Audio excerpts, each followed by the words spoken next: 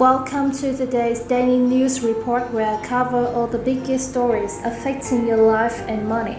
The much anticipated CPI data for June has been released. Economists expected the month-over-month increase around 1%, which could have brought inflation from 8.6% to around 8.7%. However, the actual rate rose to 9.1%, which far exceeds economists' predictions. In a nutshell, that means that inflation is still rising. It's still getting worse. Things are still becoming more expensive month over month, and the Federal Reserve won't be meeting until next month to decide on whether to raise rates by 50 basis points, 75 basis points, or 100 basis points. Although rumors are stating that they'll probably raise interest rate by 75 basis points just to get a big jump in order to try to get that inflation down even faster. However, President Joe Biden says this is not his fault and called out the news for using outdated information about gas prices, pointing out that the price of gas has come down. While his reasoning is true, inflation is so widespread at this point that you have to include everything.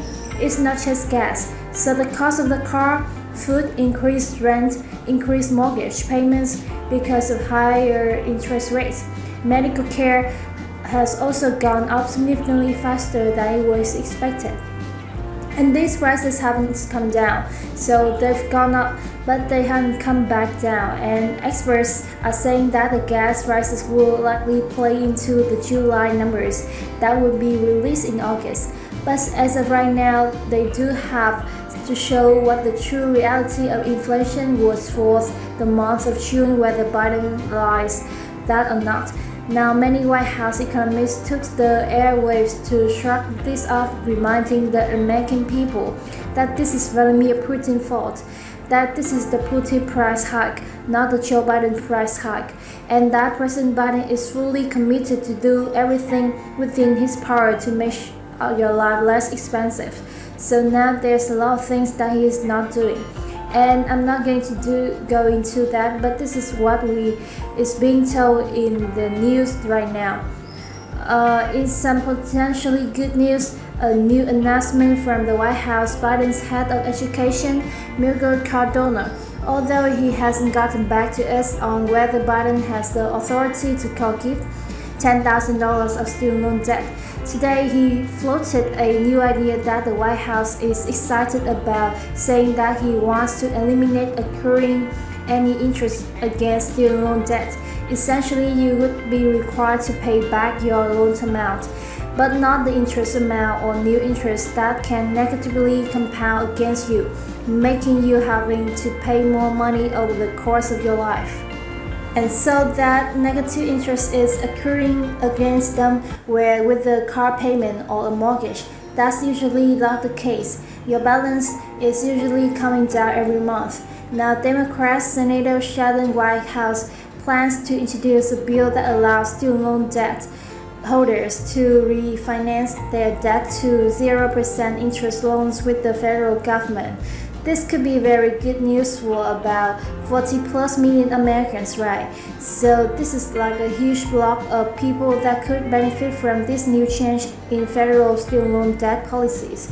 However, it's not clear if the White House will take the balance that you owe currently with already accrued interest and make that the new amount, or will they revert back to the original amount that you owe? Or will they just say there's just not going to be any new interest accruing against you going forward? However, Senator Whitehouse said no one can focus on their future if their student loan debt and payment keeps growing beyond their control. So this is something that the Democrats are trying to put into place right now. If they can't forgive student loan debt, could they at least get rid of the interest that is occurring negatively against you? However, President Joe Biden continues to fumble his words, and it seems to be at the absolute worst time. While speaking about the planned trip to a Holocaust commemoration site, Biden accidentally stated that we should keep alive the truth and honor of the Holocaust before realizing he needed to correct himself and say the horror of the Holocaust, not the honor of the Holocaust. Sadly, it seems that a lot of his speeches, he tends to embarrass himself and mess up his words on really important topics. Yesterday, a reporter asked Biden, "Mr. President, what's your message to Democrats who don't want you to run again?" Biden said, "Read the polls, you guys are all the same. The polls show 92% of Democrats, if Iron, would vote for me." Now he's a little bit confused because the data actually shows that 64% of Democrats don't want him to run again in 2024. What the was confused on is where there was a smaller poll that said if Biden and Trump ran again, who would vote for? And 92% said they would rather have Biden than Trump, right? So they'd rather take the Biden economy than the Trump economy when they vote right. Senator Joe Manchin says, "I told you so" to his Democratic colleagues without officially saying "I told you so." He said today, based on the new high inflation data information, this inflation is now a clear and present danger for the United States economy. And now the data is showing that the inflation is a clear and present danger.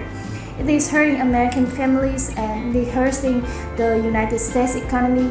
In fact, the Heritage Foundation-backed Joe Manchin will release new data that he average American workers because of inflation has essentially taken a $3,400 a year pay decrease because of the near 10% inflation that we're all living through. And households where there are two workers have essentially lost $6,800 of buying power from their income because of his raging inflation situation. So American workers, they're working the same or more, but it's like that they're being paid $3,400 to $6,800 less because of the nearly 10% inflation. So got great news there, and hopefully they can get this thing turned around. But this is what was in the news today from Senator Joe Manchin and from the Heritage Foundation. The feud between former President Donald Trump and Elon Musk is heating up after Elon told Trump that he should hang this hat and sail off into the sunset. Trump responded by saying Elon Musk would be worthless without government subsidies.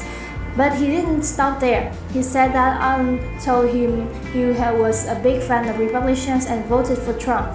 Trump stated that Elon would have begged for his help if Trump had demanded it. But this looks really bad. In fact, while they're waiting, one person was making sure to sanitize his hands. You know, before he goes in to get somebody who was about to kill a bunch of children. Like, it was really sad to see that footage. And my heart goes out to the 19 families and the school teachers that lost their lives. Now, after the fear for Hunter's safety, the Secret Service has decided to move him out of his $30,000 a month taxpayer-funded mansion in California to a $25,000 a month taxpayer-funded mansion a new blocks away where they thought that they could protect him. So I mean, Hunter Biden's doing his part, right? He took a $5,000 increase in order to help the American taxpayers. And I'm just saying, should an American president, man or woman, should their adult child get $30,000 a month in rent? That's not the Secret Service detail, cars, food, any of that comes along with it, right? That's just his house. And you times that out, 30,000 times 12, that's $360,000 a year in taxpayer housing. The President of the United States only gets $400,000 a year to be president, and his son is getting $360,000 a year in Malibu mansions paid for by you. Now, this is my update for today.